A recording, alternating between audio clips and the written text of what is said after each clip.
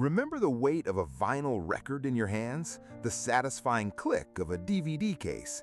For generations, life was measured by the things you owned. A car in the driveway, a library of books on the shelf, a collection of music that was yours and yours alone.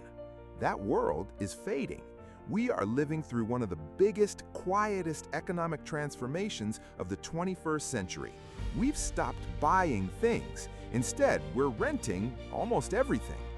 This shift didn't happen by accident. It began when corporations made a profound discovery. A predictable, recurring monthly payment is infinitely more valuable than an unpredictable one-time sale. Netflix understood this when it made DVD ownership obsolete. Spotify did it to our music collections. Adobe and Microsoft did it to the software we used to buy in a box. It's the subscription revolution. For a business, it's the holy grail.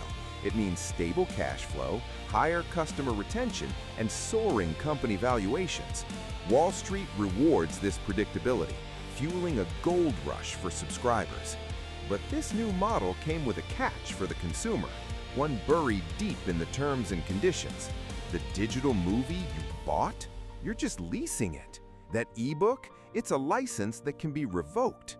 When a service shuts down, your library can vanish into the digital ether. Digital ownership is often an illusion. So why did we trade permanent control for temporary access so willingly? The answer is seductively simple: convenience. Subscriptions erase the intimidating upfront cost and the friction of a big purchase. Why pay $1,000 for software when you can pay $20 a month? Why build a movie library when every film is just a click away? This plays directly into our psychology. It satisfies our desire for immediate gratification, our fear of missing out, and it eliminates decision fatigue. It feels easy, but there's a hidden cost. Each small monthly payment feels insignificant, but together they form a cascade of financial commitments, a quiet drain on our resources that accumulates over years.